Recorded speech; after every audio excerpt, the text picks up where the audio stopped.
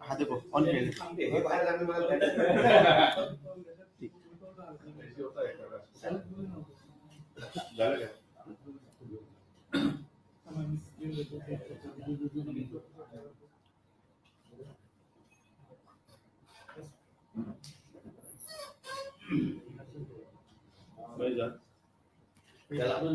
हाँ प्लीज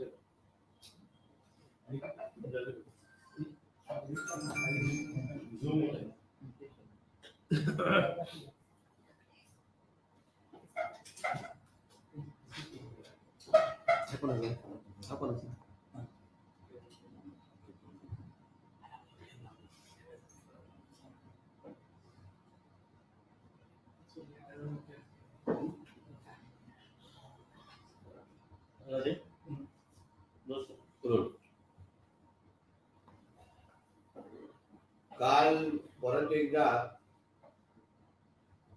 उद्धव ठाकरे उभाटाचे पक्षप्रमुख यांची निवडणूक अधिकारी यांनी त्यांच्या हेलिकॉप्टर मध्ये असलेली त्यांची पर्स तपासली नाही, पर्स नाही बॅग तपासली आणि एवढं थैत्याग करण्याचं मला आतापर्यंत कारण कळलंच नाही. कदाचित निवडणूक आयोगाचे अधिकाऱ्यांना प्रश्न पडला असेल की नेमकं ह्यांच्या पर्स मध्ये लिपस्टिक, लाली, मस्कारा काय भेटतोय का, म्हणून काही तपासण्याचा कार्यक्रम सुरू असेल. कारण का बोलत असताना उभं राहिल्यावर बायला दिसणारा त्याच्या पर्स मध्ये आणि स्वतःला पुरुष म्हणणारा, मर्द म्हणणारा, पण हालचालीमध्ये बायला असणारा त्याच्या पर्स मध्ये काही पुरुषांच्या काही गोष्टी ठेवल्या आहेत का ते कदाचित चुकून तपासत असतील. एवढं थैत्याग करण्याचं कारणच नाही. ते काय बॅग उघडल्यानंतर तुमची लिपस्टिक मेकअपचं सामान घेऊन जाणार नव्हते. आणि मला एक प्रश्न पडतो, उद्धव ठाकरे ना काय अधिकार आहे त्या निवडणूक अधिकाऱ्यांची अपॉइंटमेंट लेटर मागण्याचा? काय अधिकार आहे? कुठला प्रोटोकॉल मध्ये बसतो? आचारसंहितेमध्ये निवडणूक आयोगाला सगळ्यांचं निवडणूक आयोगाने लावलेले नियम हे सगळ्यांना पाळायचे असतात. ते बॉस असतात, त्यांनी बॅग उघडलं तर बॅग उघडून दाखवायला लागते, कार्यालय उघडून द्यायला लागतं.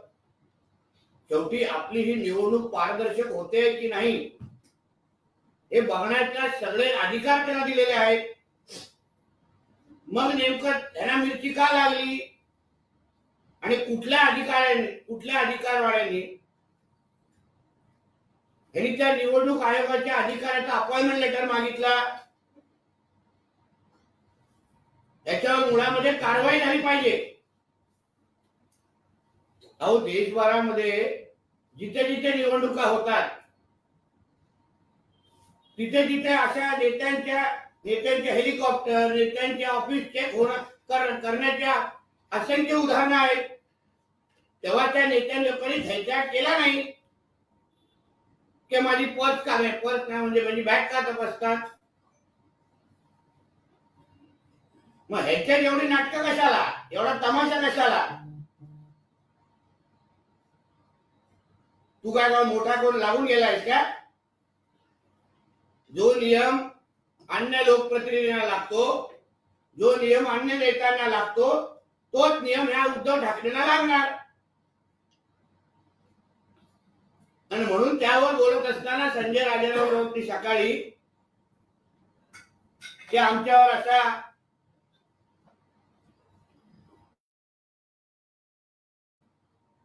म्हणजे काल आमच्या आदरणीय देवेंद्र फडणवीसजींची पण बॅग तपासली.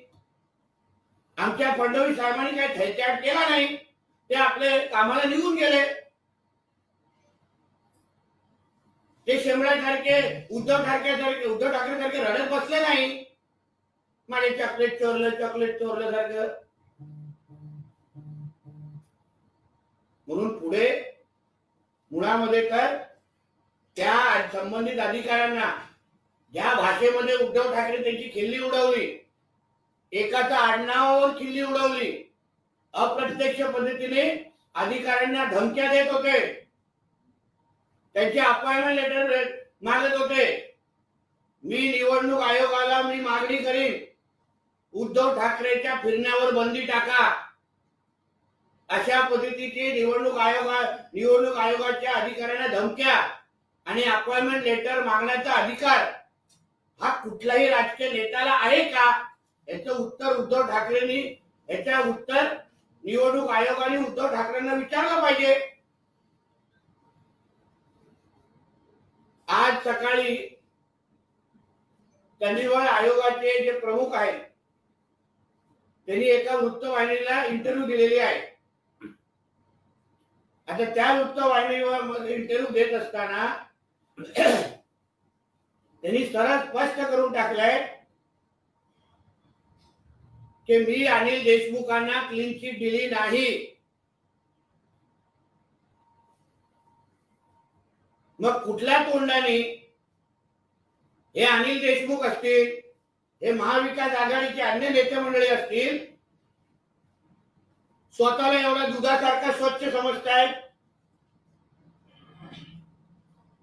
या आयोगाच्या प्रमुखात अगर असं बोलत असेल की मी अनिल देशमुखाला क्लीन चिट दिली नाही,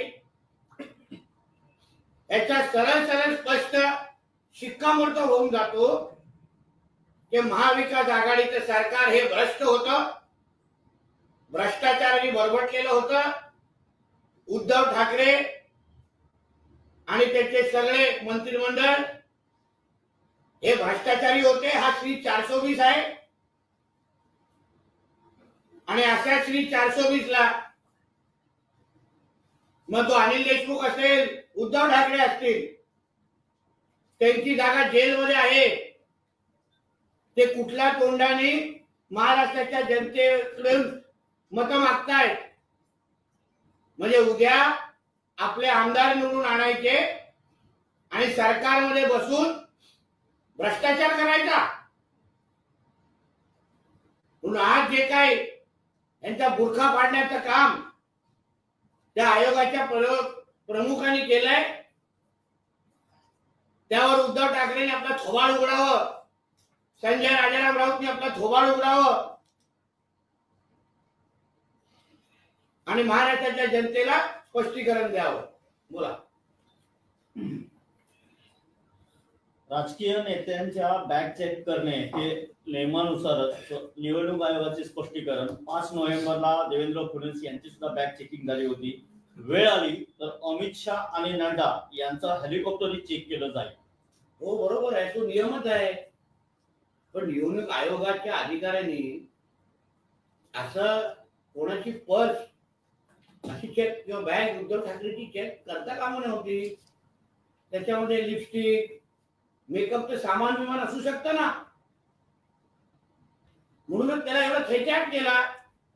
कारण का बाहेरून स्वतःला पुरुष म्हणणारा अगर चुकून त्याच्या पर्स मध्ये लिपस्टिक, लाली आणि सगळं ठेवले हे सिद्ध झालं तर त्याला बाहेर लोक नावं ठेवणार, ..... म्हणणार. म्हणून उद्धव ठाकरेचा थैत्याट आहे. आमचे आदरणीय देवेंद्र फडणवीस असतील, साहेब असतील किंवा अन्य कुठल्याही प्रमुख नेत्यांना काही हरकत नाही, काही आक्षेप नाही. पण ज्याला काहीतरी लपवायचं आहे त्याला तोच अशा पद्धतीचे शेमड्या मुलांसारखा थैत्याट करतो. कर्नाटक सरकारकडून महायुतीला जाहीर आमंत्रण देण्यात आलंय. राज्यात या योजनांच्या अंमलबजावणीची पाहणी करा, वर्तमानपत्रात जाहिरात देऊन आमंत्रण दिले. असं आहे, कर्नाटक सरकारने तिथे किती जिहादीकरण चालू ठेवलेलं आहे. किती दिवे लावले आहेत ना, याच्यासाठी अशा पद्धतीची ऍड लावण्याची गरजच नाही. कर्नाटक मध्ये राहणारे आमचे तिकडचे जे स्थानिक लोक आहेत ते आम्हाला पुराव्यानिशी सांगतायत की ह्यांच्या गॅरंट्या कशा फसव्या होत्या, ह्यांच्या गॅरंट्या सगळ्या कशा घोटाळेपणा होत्या, तिथे हिंदू समाजाला कसा कर्नाटकमध्ये त्रास दिला जातोय, तिथे कसं हिंदूंवर अत्याचार सुरू आहे. म्हणून यासाठी आमंत्रण ऍड मधून देण्यापेक्षा तुम्ही तुमचा कारभार सुधारा, काँग्रेसला सांगेल तुमचा घोटाळापणा बंद करा आणि मग अशी ऍड छापण्याची हिंमत करा. तर हे ऍड छापण्याचे पण पैसे भ्रष्टाचारातूनच काँग्रेसकडे आले असतील असं मी मुळात त्यांना सांगतो. मुस्लिम समाजाच्या मतासाठी शिवसेना शिंदे गटाच्या विद्यमान आमदार आणि उमेदवार यामिनी जाधव यांचे अस्सलाम वालेकुम याआधी मतदारसंघात मुस्लिम महिलांना बुरका वाटप केल्याने यामिनी जाधव चर्चेत आले. त्यांना उत्तर भायखळा आणि त्याच्या मतदारसंघाचा हिंदू समाज नक्की देईल. माझे उत्तर मागण्यापेक्षा त्यांच्या स्थानिक मतदारसंघामध्ये जो हिंदू समाज आहे, जो खुल्या डोळ्यांनी हे लांबून चालन बघताय, तो निश्चित पद्धतीने त्यांना उत्तर देईल आणि ते 23 तारखेला त्यांना कळेल. मला त्या राजकारणामध्ये पडण्याची इच्छा नाही, पण ह्या अशा पद्धतीचं एका धर्माचं लांबून चालन करणं हे कुठल्याही पक्षाच्या चौकटीत बसत नाही. मग ह्याच बरोबर हिंदूंसाठी पण काहीतरी वाटप करायला पाहिजे होतं, हिंदू संस्कृती हिंदू धर्माच्या अनुसार. मग आम्हाला वाटलं असतं सगळ्यांचे उमेदवार आहेत, म्हणून ह्या गोष्टीला आमचं समर्थन नाही आणि ह्याचं उत्तर तिकडचा हिंदू समाज निश्चित पद्धतीने 23 तारखेला देईल. पाटेच्या शपथविधीसाठी झालेल्या बैठकीत शरद पवारांसोबत गौतम अदानीही होते असं अजित पवारांनी गौप्यस्फोट केला. पण गौतम अदानीजी अजितदादांनी जे माहिती आहे त्या पद्धतीने सांगितलं असेल. अजितदादा त्यावेळी त्या पूर्ण प्रक्रियेमध्ये होते, तर त्याच्यावर अजून कोणी टीका टिप्पणी करण्याची गरज नाही. साहेब, अब्दुल सत्तार यांचं पुन्हा एकदा एक वादग्रस्त विधान आलंय. मैं मुख्यमंत्री बदलने की ताकद रखता हूं, माझ्यात मुख्यमंत्री बदलण्याची ताकद असल्याचा अब्दुल सत्तार यांनी दावा केला. वक्तव्य ऐकल्यानंतर बोलणं चुकीचं आहे. ऐकल्यानंतर निश्चित पद्धतीने करू.